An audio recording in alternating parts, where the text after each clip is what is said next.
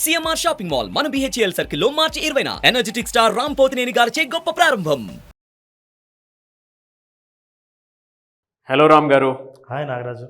మనిషి జీవితంలో మారాలి అని అంటే పరిస్థితులు మారాలి అని చెప్పేసి అంటూ ఉంటారు. పరిస్థితులు మారాలి అని అంటే ఏం చేయాల్సినటువంటి అవసరం ఉంది? నిజమే నాగరాజు, మనిషి జీవితం మారాలంటే జీవితం మారడం అంటేనే పరిస్థితులు మారడం అని. కానీ ప్రతిసారి ఆ పరిస్థితి మారకుండా ఉంటుందండి. అంటే స్థితిని మార్చాలి అని అంటే ప్రతి దాంట్లోనూ ఎక్కడ చూసినా సమస్య కనిపిస్తూ ఉంది. అవును, బట్ పరిస్థితులు మారితేనే మనిషి మారినట్టు మాట్లాడుతూ ఉంటాము.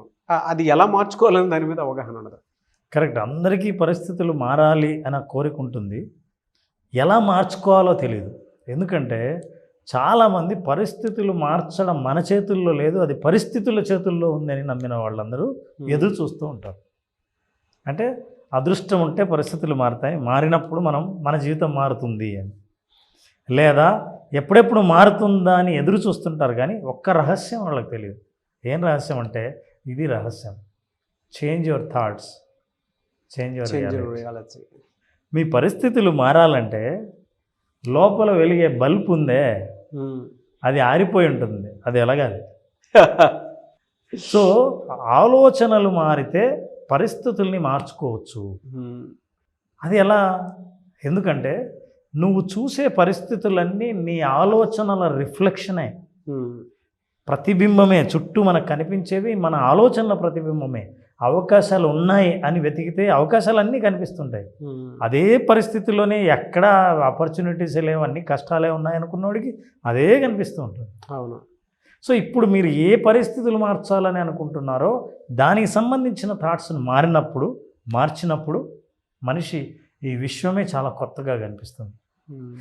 ఈ చుట్టూ ఉన్న పరిస్థితులు తనను ఆహ్వానిస్తున్నట్టుగా ఫీల్ అవుతాడు. తను అనుకున్నట్టుగానే ఈ పరిస్థితులన్నీ ఉంటున్నాయి అనే అనిపిస్తుంది.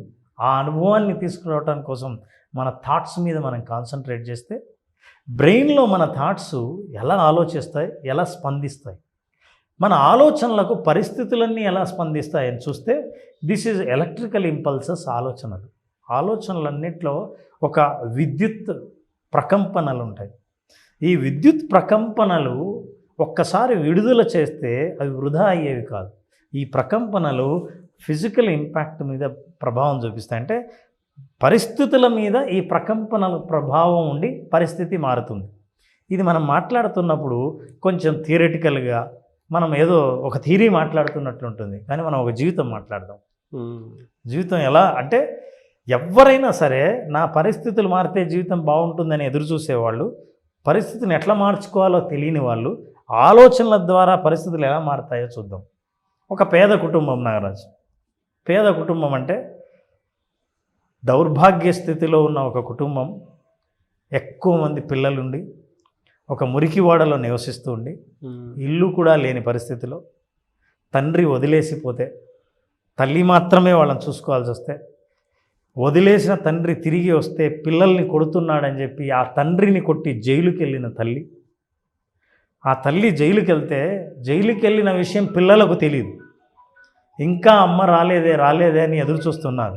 సో ఇంటికి అమ్మ రాకపోతే వస్తుందిలే అని ఎదురు చూసిన వాళ్ళకు అమ్మ జైల్లో ఉందన్న విషయం ఎప్పుడు తెలిసిందంటే వాళ్ళ మేనమామ, ఆ పిల్లల మేనమామ ఆ యాక్సిడెంట్ గురై చనిపోతే ఆ అంత్యక్రియలకు పోలీసులు చేతులు గొలుసులేసి తీసుకొచ్చినప్పుడు అమ్మను అరెస్ట్ చేశారన్న విషయం పిల్లలకు తెలిసింది.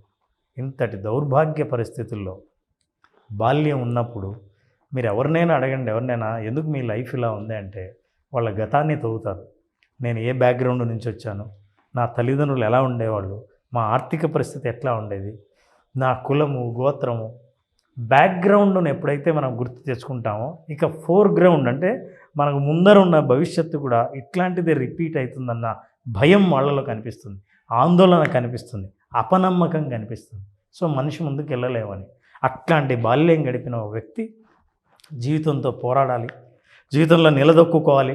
ఇవన్నీ చూసిన తర్వాత పేదరికం, తర్వాత నిరక్షరాస్యత, డ్రగ్ అబ్యూస్, ఇవన్నీ నా జీవితంలో ఉండకుండా ఉండాల్సిన జీవితం నాకు కావాలి అని కోరుకున్నాడు. కానీ ఎలా జీవితం, అందరి పరిస్థితులు మారాలి, ఎట్లా మారుతాయి అని అనుకొని మనం వాళ్ళ అమ్మను ఆ అంత్యక్రియలకు తీసుకొచ్చినప్పుడు పిల్లలు ఏడుస్తూ ఉంటే దగ్గరికి వచ్చి ఒకే ఒక మాట చెప్పిందంట అబ్బాయి, ఎవరిని నమ్ముకోవద్దు, నిన్ను నువ్వే నమ్ముకో, నువ్వే నీ జీవితాన్ని మార్చుకోగలవు అని చెప్పి మళ్ళీ జైలుకెళ్ళింది. ఈ ఒక్క మాట, అమ్మ చెప్పిన ఈ ఒక్క మాటగా అప్పుడు ఆ బాల్యంలో అర్థం తెలియదు, కానీ ఒక్కొక్క జాబ్ చేసుకుంటూ, ఒకరి కింద అసిస్టెంట్గా పనిచేస్తూ, ఒక ల్యాబొరేటరీలో అసిస్టెంట్గా పనిచేస్తూ, ఒక మెడికల్ కంపెనీలో సేల్స్ మ్యాన్గా పనిచేస్తూ చాలా కష్టపడి జీవితం ఎట్లాగైనా మారుతుంది అని ఓ రోజు ఓ ఆఫీసులో చుట్టూ ఉద్యోగాలు తిరుగుతూ వెళ్తుంటే సడన్గా రోడ్డు మీద ఓ వ్యక్తి రెడ్ కార్ ఫెరారీలో వచ్చి రోడ్డు మీద ఆగాడు. అతని డ్రెస్సింగ్ చూస్తే వండర్ఫుల్గా ఉంది, ఎందుకంటే తన పేదరికంలో ఎవరు ఇంత అద్భుతంగా డ్రెస్ వేసుకున్న వాళ్ళని ఎప్పుడు చూడలేదు. ఎంత అద్భుతంగా ఉన్నాడు ఈ మనిషి అనేది ఆ రెడ్ ఫెరారీలోంచి దిగాడు. దిగుతూనే ఇంత బాగా డ్రెస్ వేసుకొని ఇంత కాస్ట్లీ కారులో దిగాడు. ఇది మనిషికి సాధ్యమేనా? ఎందుకంటే నాకు తెలిసిన జీవితం అంతా పేదరికమే. డబ్బు కోసం, ఒక జాబ్ కోసం, తిండి కోసం ఎప్పుడు వెతుకులాటే. కానీ ఇతని రిచ్నెస్ చూస్తుంటే అద్భుతంగా ఉంది అని అనిపించి వెంటనే మనసులో నేనే గనక ఇట్లాంటి కారు కొంటే, నేను ఇదే స్థితిలో ఉండగలిగితే ఎంత అద్భుతంగా ఉంటుంది అని అనుకొని ఎందుకు ఉండకూడదు అన్న ప్రశ్న వచ్చింది. ప్రశ్న వస్తూనే అంత పేదవాడు జాబు వెతుకుతున్న వ్యక్తి ధైర్యంగా ముందుకెళ్ళి అతన్ని ఆపి అడిగాడు, సార్ మీరు ఏం పని చేస్తారు ఇంతకీ అని. ఆ ధైర్యం చూడండి. అంటే నువ్వు ఏదైనా తెలుసుకోవాలనుకుంటే దూరం నుంచి చూసి ఏమోలే సాధించుంటాడు అనుకోవచ్చు, కానీ ఆయనకి వెళ్ళి మీరు ఏ జాబ్ చేస్తారండి ఈ స్థితికి రావడానికి కారణం అని ఆయన అన్నాడు, నేను స్టాక్ మార్కెట్లో పనిచేస్తాను, స్టాక్ మార్కెట్ని ట్రేడింగ్ చేస్తాను అని. అరే అవునా, అసలు ఏంటి స్టాక్ మార్కెటింగ్ అని అనుకుని ఆయన వెళ్ళిపోయిన తర్వాత స్టాక్ మార్కెట్ కంపెనీల దగ్గరికి వెళ్ళాడు. కంపెనీలకు వెళ్ళి తనకు ఏదో ఒక జాబ్ ఇప్పించండి అని చెప్పి మెల్లిగా ఒక జాబ్లో చేరి మెల్లిగా తన పర్ఫార్మెన్స్ని పెంచుకోవడానికి ప్రయత్నించి చాలా కష్టపడి ముందుకెళ్తూ దీంట్లోనే రావాలని అతని మైండ్లో విజువల్ ఒకటే ఉంది, అట్లాంటి రిచ్ కారు కావాలి, అట్లాంటి రిచ్నెస్ని నేను సాధించాలి అని. ఆ వ్యక్తి ఎవరో కాదు, మనందరికీ తెలుసు, క్రిష్ గార్డ్నర్. ఇట్లా కారులో చూశాడు నాగరాజు. కారు దిగుతుండగా ఆ రిచ్ వ్యక్తిని చూసి, ఆ డ్రెస్సింగ్ని చూసి ఇది నా జీవితంలో సాధ్యమేనా అని అనుకున్నాడు. ఆ వ్యక్తి క్రిష్ గార్డ్నర్. ఇంకా అయిపోలేదు story. Chris Gardner is a very popular motivational speaker, very successful stock marketing trader. ఈయన అత్యంత ధనవంతుడయ్యాడు. ధనవంతుడు అవడమే కాకుండా మోటివేషనల్ స్పీకర్గా ఆయన ఇన్స్పిరేషనల్ జర్నీని ఆయన చెప్పడం మొదలుపెట్టాడు. ఆయన చెప్పిన ఆయన లైఫ్ స్టోరీని, నా లైఫ్ను నేను ఎట్లా మార్చుకున్నానంటే నా ఆలోచనలు మార్చుకున్నాను. ఎందుకంటే నా గతంలో నా పేదరికం మళ్ళీ రిపీట్ కాకూడదు, నా పిల్లలు నేను చూసిన బాల్యాన్ని చూడకూడదు అని అనుకొని ఆయన కష్టపడి తిరుగుతుండగా ఆయన తర్వాత పెళ్లి చేసుకున్నాడు. భార్య అయిన పేదరికం చూసి వదిలిపోతే చిన్న పిల్లవాడిని పట్టుకుని తనకు కష్టం తెలియకుండా ఎక్కడ పడితే అక్కడ రాత్రిళ్ళు ప్లాట్ఫామ్ మీద, చెట్టు కింద, బాత్రూముల్లో అతను ఆ పిల్లవాడిని పెంచుకుంటూ వచ్చాడు. తెలియకుండా ఆ పిల్లవాడి కష్టం, ఆ పిల్లవాడు ఏమనుకునేవాడంటే ఇది మా ఇల్లేమో, ఈరోజు మా ఇల్లు ఇదేమో అని అనుకునేటట్టు పెంచాడు. అయితే మోటివేషనల్ స్పీకర్గా ఒకరోజు ఆయన తన జీవిత చరిత్రను, సక్సెస్ అయిన తర్వాత తన జీవిత చరిత్రను చెప్తూ ఉంటే ఎవరో ఈ స్టోరీ చాలా బాగుందండి, మీరు పుస్తకం రాస్తే బాగుంటుంది కదా అని అన్నాడు. ఆయన పుస్తకం రాశాడు. ఈ పుస్తకం విపరీతమైన పాపులర్ అయింది, చాలామంది చదవడం మొదలుపెట్టారు. ఇంత పేదరికం నుంచి వచ్చి మనిషి తన పరిస్థితులను ఆలోచనల ద్వారా మార్చుకోవచ్చా అని ఈ పుస్తకం అందరూ చదివిన తర్వాత ఇది పుస్తకమే ఎందుకు ఉండాలి, దీన్ని సినిమా తీయచ్చు కదా అని అనుకున్నారు. హాలీవుడ్లో అద్భుతమైన ప్రొడ్యూసర్స్ అందరూ నేను తిన్న సినిమా తీస్తానంటే అప్పుడు ఆయన అనిపించింది, నేను డబ్బు సంపాదించాను కదా, నేనే పెట్టుబడి పెట్టి సినిమా తీస్తాను, ఇది ఎందుకు తీయకూడదు అనే ధైర్యం వచ్చింది. అతను తీయాలని ముందుకు వచ్చిన హీరో ఎవరో కాదు, Will Smith. The pursuit of happiness. బాబా, ఈ పర్స్యూట్ ఆఫ్ హ్యాపీనెస్ జీవిత కథ క్రిస్దే. క్రిష్ గార్డ్నర్ స్టోరీనే విల్ స్మిత్.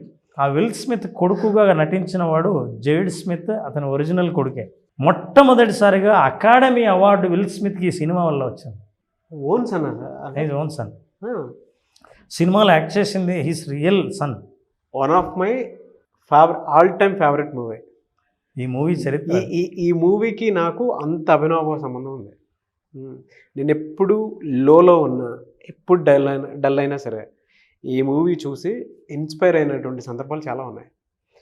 బ్లడ్ అమ్ముకొని వాష్రూమ్ దగ్గర చేసి కొడుకుని నిలబెట్టుకుంటూ తన జీవితాన్ని నిలబెట్టుకోవడానికి ప్రయత్నం చేసేటువంటి ఒక తండ్రి పోరాటం వెరీ ఇన్స్పైరింగ్ అండి. చాలా నేను ఈ రోజుకి లోలో ఉన్నప్పుడు కొన్ని సీన్స్ చూస్తుంటాను. వీళ్ళిద్దరు మాట్లాడుకుంటూ వెళ్తుంటారు కదా, తండ్రి కొడుకులు ఇద్దరు మాట్లాడుకునేటప్పుడు తండ్రి కొన్ని విషయాలు చెప్తుంటారు. డాడ్ మమ్మీ ఎప్పుడు వస్తుంది అని చెప్పేసి అడుగుతుంటే, లైఫ్లో ఒక 3 విషయాలు బాగా గుర్తుపెట్టుకో. నీ జీవితాన్ని నువ్వే జీవించాలి, నీ కోసం ఎవడు అది వాళ్ళ అమ్మ చెప్పిన మాట, నీ కోసం ఎవడు రాడని. వెరీ ఇన్స్పైరింగ్ అండి. అసలు పిల్లడు కూడా తనకు కావాల్సినటువంటి ఏ విషయాన్ని అడిగినా తండ్రి ప్రాక్టికాలిటీ చూపించి రేపు వెళ్దాం ఎల్లుండి వెళ్దాం అని చెప్పి తనకు కావాల్సిన విధంగా జీవితాన్ని లీడ్ చేసే ప్రాసెస్ చూపిస్తూ ఉంటాడు. చూసారా, వెరీ గ్రేట్. నాకు బాగా నచ్చింది సరే. ఇప్పటికీ ఎమోషనల్ అయ్యేటువంటి సీను నాకు మా అబ్బాయి గుర్తొస్తూ ఉంటాడు. ఎప్పుడైనా ఖాళీగా ఉన్నప్పుడు అర్ధరాత్రి మనకి నిద్ర పట్టకపోతే pursuit of happiness cinema open చేసి చూస్తూ ఉంటాను. బయట నుంచి డోర్ కొడతనే ఉంటారు, ఈయన లోపల వాష్రూమ్లో ఉండి కొడుకుని పట్టుకుని ఏడుస్తుంటాడు. అసలు ఆ సీన్, అది రాత్రిళ్ళు నిరుద్యోగులకు ఏ ఇల్లు లేని వాళ్ళకి ఇచ్చే ఒక హాస్టళ్లలో ఉండి రోడ్డు మీద బ్రతికి అట్లా పైకి వచ్చాడు క్రిస్ గార్డ్నర్. ఇంకా తమాషా ఏంటంటే దీని వెనకాల చాలా ఇంట్రెస్టింగ్ స్టోరీ. వైఫ్ కూడా భలే చెప్తుంది సార్. అసలు అంటే నాకు పాయింట్ తిరిగి వస్తుంది మళ్ళీ. వైఫ్ కూడా ఒక మాట అంటది, మన పరిస్థితులు మారుతాయని చెప్పేసానంటే ఎప్పటికి మారుతాయని చెప్పేసి అడుగుతుంది తను. లేదు ప్రతి దాంట్లోనూ కొంచెం టైం ఇవ్వనంటే, నాకు ప్రెగ్నెన్సీ వచ్చింది తప్ప పరిస్థితి ఏం మారలేదని చెప్పేసి, నాకు ప్రెగ్నెన్సీ తీసుకొచ్చావు తప్ప నువ్వేం తీసుకొచ్చింది ఏం లేదని అంటారు ఫస్ట్ డైలాగ్లోనే. Slab sir. అసలు అది ఏమొచ్చింది, కడుపు వచ్చింది. చూడండి, ఎప్పుడు ఆ పోరాటం చేస్తుండగా అంటే తన ఆలోచనలు అప్పుడు కనుక నెగిటివ్ అయ్యాయి అనుకోండి, అసలు ముందుకే వెళ్ళలేడు. అవును. ఆ తర్వాత కంపెనీ తనే స్టార్ట్ చేసి దాని CEO అయ్యి అద్భుతంగా సంపాదించాడు, ధనవంతుడయ్యాడు. జనరల్గా నాగరాజు హ్యాపీనెస్ స్పెల్లింగ్ HAPPINENESS. కానీ ఇతను పేదరికం అనుభవిస్తున్నప్పుడు ఒక హాస్టల్లో ఉండగా ఎవడో ఏదో బయట ఒక బోర్డు రాశాడు. అక్కడ నిరక్షరాస్యత, సరిగ్గా చదువు కూడా రాదు. వాళ్ళు ఎవరో బోర్డు రాస్తే హ్యాపీనెస్ అని ఇలా రాశారు. ఒక షాప్ పేరు హ్యాపీనెస్ అని. అతను ఎప్పుడు వచ్చినా దాన్ని చూసేవాడు. అది బాగా ఇంప్రెస్ అయ్యి దాన్నే వాడదామని చెప్పి స్పెల్లింగ్ HAPPY రాశాడు, హ్యాపీనెస్ అని. $300 మిలియన్ సంపాదించిన సినిమా ఇది. చెప్తున్నాను కదా సార్, నా ఆల్ టైమ్ ఫేవరెట్ మూవీ. నేను ఈ రోజుకి మా వాడిని పక్కన పెట్టుకుని పడుకునేటప్పుడు కొన్నిసార్లు లో అయిపోతే ఫస్ట్ చూసే సినిమానే ఇది. నాకు చాలా విషయాలు గుర్తొస్తుంటాయి. బ్లడ్ అమ్ముకొని కొడుకుని కాపాడుకోవడం కోసం, కెరీర్ని కాపాడుకోవడం కోసం, కొడుకు ప్రశ్నలకు సమాధానం ప్రతిసారి నాకు తెలియదు వాళ్ళ అబ్బాయి అని చెప్పేసి నేను చెప్పిన తర్వాత తెలిసిందే. Own son. యాక్చువల్గా ఇలా ఉన్నాడు ఎదుగుతున్నప్పుడు, ఇట్లాగే నిలబడాలి అని రిచ్ మ్యాన్గా దిగుతున్నప్పుడు చూస్తే ఆయన హీ హెస్ బాట్ దిస్ ఫెరారీనే, మళ్ళీ ఫెరారీ కారే కొనింది కూడా ఎవరి దగ్గర తెలుసా? ప్రపంచ champion, basketball champion Michael Jordan ఆయన దగ్గర కొని చాలామంది అభిమానులు చూస్తున్నారే మైకేల్ జోర్డాన్ కార్ అని అంటారు. ఆయన ఏం రాశాడంటే కింద నెంబర్ ప్లేట్ దగ్గర నాట్ MJ అని రాసుకున్నాడు. నాట్ మైకేల్ జోర్డాన్ కాదు, నేను ఐఎమ్ ఏ క్రిస్ గార్డ్నర్ అని. భలే తీసుకొచ్చారు సార్. Very inspiring. నేను ఆడియన్స్కి కూడా సజెస్ట్ చేస్తాను, మీ పరిస్థితులు ఎప్పుడు మారుతాయి అనుకునేటువంటి ఆలోచనలో మిమ్మల్ని మీరు బందీ చేసుకొని ఎటువంటి శక్తి లేకుండా ఉన్నప్పుడు ద పర్సూట్ ఆఫ్ హ్యాపీనెస్ అనేటువంటి ఒక సినిమా చూడండి. ఒకసారి వేయండి సార్, అది స్లైడ్ టైటిల్తో సహా ఇక్కడే ఉంది. మీరు సినిమా చూడండి, మీకు ఒక జీవితం అర్థమవుతుంది. ఒక తండ్రికి ఎన్ని కష్టాలు ఉంటాయి, కొడుకుని పెంచేటప్పుడు ఎంత ఛాలెంజింగ్గా ఉంటుంది, కెరీర్ని ఏ విధంగా ఛాలెంజింగ్గా తీసుకొని ముందుకెళ్ళొచ్చు అనేటువంటి దానికి బెస్ట్ ఎగ్జాంపుల్. మధ్యలో వైఫ్ వదిలేసి వెళ్ళిపోతుంది. నేను మా సిస్టర్ వాళ్ళ ఇంటికి వెళ్ళిపోతున్నాను, వాళ్ళు ఏదో సెటిల్ అయ్యి ఉన్నారు కదా అని చెప్పేసి వదిలేసి వెళ్ళిపోతుంది. కొడుకు ప్రతిసారి అడుగుతాడు, తల్లి ఎప్పుడు వస్తుంది, మమ్మీ ఎప్పుడు వస్తుంది అని చెప్పేసి అడుగుతుంది. అప్పుడు చెప్పే ఒక్కొక్క సమాధానం అంటే కొడుకుని నర్చర్ చేసే ప్రాసెస్ కూడా మీరు చూస్తే దిమ్మ తిరిగిపోతుంది. సూపర్ పేరెంటింగ్ అసలు సూపర్ పేరెంటింగ్. నాకు తెలిసి ఇంత మంచి వాల్యూ ఉండేటువంటి కంటెంటే మేబీ నాకు ఎక్కువ నచ్చడం వల్ల అనుకుంటాను. బట్ రియాలిటీ ఏంటంటే మీ జీవితంలో మీ పరిస్థితులు మారాలి అని అంటే ఒకసారి ఈ సినిమా చూడండి. వీడియో చూసిన తర్వాత కింద కామెంట్ బాక్స్లో పోస్ట్ చేయండి మాకు. ఆయనకి జీవితంలో విజువలైజేషన్స్ ఉన్నాయి నా రోజు. అంటే తను ఆ స్థితికి చేరాలన్నదే కాదు, నా పిల్లలు నా కుటుంబం మళ్ళీ రిపీటెడ్గా అదే పేదరికాన్ని అనుభవించకూడదు, నేను నా రిచ్నెస్ని నేనే సాధించాలి నా ఆలోచనలతో అన్న ఒక కోరిక ఉందే, అదే అతని భవిష్యత్తును విజువల్ రూపంలో చూపిస్తూ మోటివేట్ చేస్తూ వచ్చి. ఎస్, ఎంత గొప్ప. అదే సార్ నాకు అనిపించింది ఏంటంటే ఆ సినిమా ఎంత గొప్పదవుతుంది అనేటువంటి ఆలోచన ఉండుంటే కొడుకును కూడా పక్కన పెట్టుకుని యాక్ట్ చేసి ఉంటాడు ఆయన, విల్ స్మిత్. అసలు విల్ స్మిత్కి హాలీవుడ్లో అద్భుతమైన పేరు వచ్చింది. అప్పటి నుంచి హాలీవుడ్ టాప్ హీరోస్లో చేరాడు ఆయన. అకాడమీ అవార్డు ఫస్ట్ టైం ఈయనకు వచ్చింది ఆ సినిమా వల్ల. అంటే దీని అర్థం మనం అర్థం చేసుకోవాల్సిన ఈ ఆలోచన అతని జీవితం సాధారణ జీవితానికి ఎంత దగ్గరగా ఉందంటే సినిమాని అందరూ ఓన్ చేసుకున్నారు. అంటే చాలామందికి ఆ పరిస్థితులు ఉన్నాయి, దాని నుంచి బయటపడాలని అనుకుంటున్నారు, కనెక్ట్ చేసుకోగలుగుతున్నారు. అవంతా సాధ్యమైంది ఏంటంటే మనిషి పరిస్థితులు మార్చొచ్చు. పరిస్థితులు మారేదాకా నీ జీవితం మారాలంటే ఎదురు చూడక్కర్లేదు, నీ ఆలోచనలు మారిస్తే పరిస్థితులు మార్చొచ్చు అని. Thanks to Chris Gardner. వాళ్ళ అబ్బాయి కూడా ఇప్పటికీ వాళ్ళ అబ్బాయి చెప్తాడు, అబ్బాయిని ఇంటర్వ్యూ చూస్తే నిజంగా మా నాన్న ఎప్పుడు ఎక్కడికైనా తీసుకెళ్తుంటే ఈరోజు మన ఇల్లు ఇదేమో అని అనుకునేవాడిని తప్ప నాకు తెలియకుండా మెట్ల కింద ఆఫీసుల్లో, ఆఫీస్ తెరవకముందు ఆఫీస్ బయట పడుకునేవాళ్ళు, అట్లాగే పెంచేవాడు. అట్లా పెంచి పైకి వచ్చాడు. ఆ మోటివేషన్ మనిషికి సాధ్యమే, కష్టం తెలియలేదు. చూసారా ఎందుకు తెలుసా? If you have a visualisation and that will motivate you. మనిషికి ఆ ఎనర్జీ ఇస్తుంది. ఆ ఎమోషనల్ ఎనర్జీతో మనిషి ముందుకెళ్తే you will achieve anything that you wanted. బాగా నాకు ఎప్పుడన్నా లో అనిపించినప్పుడు మాత్రం ఆ సీన్లు చూస్తూ ఉంటాను. మా వాడిని హక్ చేసుకుని, అంటే రియాలిటీ చెప్పేస్తాను సార్, ఆ స్థితికి ఎప్పుడు రాకూడదని మా వాడిని చూసినప్పుడల్లా నేను ఎప్పుడు లో అయిపోయినా సరే ఫస్ట్ మా వాడి ఫోటో చూస్తాను. ఫోటో చూసి దాని తర్వాత ఇంట్లో ఉన్నప్పుడు ఒకవేళ వాడు ఆడుకుంటూ ఉంటే వీడికి ఏదో సౌకర్యం మాత్రం ఇవ్వాల్సినటువంటి అవసరం ఉంది మనకి అని.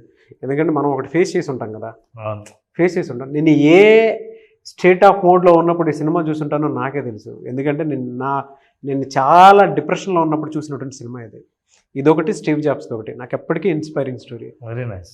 Thank you so much sir. అంటే పాత విషయాల్ని నా పర్సనల్ లైఫ్కి కనెక్ట్ చేసి ఇచ్చేసినందుకు thank you so much Ram garu. Thank you Naraj, thank you so much. మీరు చూసే వీడియో కింద కామెంట్ బాక్స్లో పోస్ట్ చేయండి, డెఫినెట్లీ మీకు ఒక ఎక్స్పీరియన్స్ అయితే వస్తుంది. థ్యాంక్ యూ అండి, thank you so much Ram గారు. అయితే చాలామంది విజువలైజేషన్ బేసిక్ క్లాస్ ఎప్పుడుండే అవకాశం ఉంటుందని అడుగుతున్నారు. ఎప్పుడుండే అవకాశం ఉంటుంది? నారాజ్ మార్చి 22వ తారీఖున బ్యాచ్ స్టార్ట్ చేస్తున్నాం. సో విజువలైజేషన్ ద్వారా వాళ్ళని భవిష్యత్తులోకి తీసుకెళ్ళి భవిష్యత్తులో ఏదైనా ఒక విజయాన్ని సాధిస్తే వాళ్ళు పొందే భావోద్వేగాన్ని ఇప్పుడే అనుభవించడం ద్వారా ఆ స్థాయిని, ఆ స్థితిని వాళ్ళు పొందే అవకాశాలన్నీ ఈ బేసిక్ విజువలైజేషన్లో తెలుసుకోవచ్చు. 5 రోజుల పాటు జరిగే ఈ సెషన్ మార్చి 22న స్టార్ట్ అవుతుంది. మార్చి 22 మీలో ఉండేటువంటి ఇన్నర్ పొటెన్షియల్ ఏదైతే ఉందో, బిలీఫ్ ఏదైతే ఉందో, మీ కళ్ళకు కట్టినట్టు మిమ్మల్ని మీరు చూసుకోవాలి అనుకున్నటువంటి వాళ్ళు మార్చి 22వ తారీఖు నుంచి 5 days సెషన్ ఉంటుంది. So visualisation basic class. కాబట్టి ఆసక్తి కలిగిన వారు స్క్రీన్ మీద కనిపిస్తున్న నెంబర్కి కాల్ ఆర్ మెసేజ్ వాట్సాప్ చేసి వెంటనే ఎన్రోల్ చేసుకోవచ్చు. ఎనీవేస్ థ్యాంక్ యూ అండి, thank you so much Ram గారు. వాళ్ళకి చాలా బ్యాచెస్ రన్ చేశాము. ప్రతి ఒక్కరూ కూడా సక్సెస్ఫుల్గా వాళ్ళకు ఉండేటువంటి అచీవ్మెంట్స్ని షేర్ చేయడం జరిగింది. Not an easy thing, really great thing. Thank you so much one second. Thank you. So చూసారు కదా వీడియో. ఈ వీడియోపై మీ అభిప్రాయం కమెంట్ బాక్స్లో పోస్ట్ చేయండి. రామ్ గారు విజువలైజేషన్ క్లాస్ మార్చ్ 22 నుంచి జరుగుతుంది. ఆసక్తి కలిగిన వారు మీరు పర్సనల్ అపాయింట్మెంట్ తీసుకోవాలనుకున్నా, లేదంటే క్లాస్కి అటెండ్ అవ్వాలనుకున్నా కూడా స్క్రీన్ మీద కనిపిస్తున్న నెంబర్కి కాల్ ఆర్ మెసేజ్ వాట్సాప్ చేసి వెంటనే ఎన్రోల్ చేసుకోండి. ఈ వీడియో లైక్ చేయండి, షేర్ మాత్రం తప్పకుండా చేయండి. ఇలాంటి మరిన్ని వీడియోస్ కోసం మా ఛానల్ ఫాలో అవ్వండి. Thank you. సుమన్ టీవీలో మీ పర్సనల్ అండ్ బిజినెస్ ప్రమోషన్స్ కోసం కింది నెంబర్కి కాంటాక్ట్ చేయండి.